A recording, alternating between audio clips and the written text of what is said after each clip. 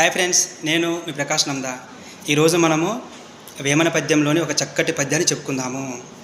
ఆలు బిడ్డలనుచు అతి మోహమున నున్న, ఆలు బిడ్డలనుచు అతి మోహమున నున్న, ధనము మీద వాంచ తగిలియున్న, నటినరులకెల్లా నవనిముక్తియే లేదు, విశ్వదాభిరామ వినురవేమ. అంటే ఇక్కడ అర్థం ఏంటంటే, భార్య, భర్త, పిల్లలు, డబ్బు, సంపద, ఐశ్వర్యము అంటే వీటన్నిటి మీద అతి అనేది ఉండకూడదు, అంటే అత్యాశ ఉండకూడదు. భార్య లేకపోతే నేను లేను, భర్త లేకపోతే నేను లేను, పిల్లలు లేకపోతే నేను లేను, ఇక వాళ్ళే నా జీవితము, వాళ్ళే నా సర్వస్వము, వాళ్ళే నా ప్రాణము, లేదా పలానా వారు లేకపోతే నేను లేను, ఇక వారే నా సర్వస్వము, వారే నా ప్రాణము, వారే నా జీవితము, వారు లేకపోతే నేను లేను అంటే ఇది అతి అనేది ఉండకూడదు. అతి అంటే ఏంటి? అత్యాశ అంటే వ్యామోహము అనేది ఉండకూడదు.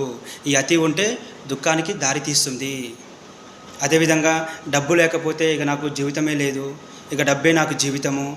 అదేవిధంగా ఉద్యోగము లేకపోతే నాకు జీవితమే లేదు, ఇక ఉద్యోగమే నాకు జీవితము అంటే వీటన్నిటి మీద అతి అనేది ఉండకూడదు, అత్యాశ ఉండకూడదు.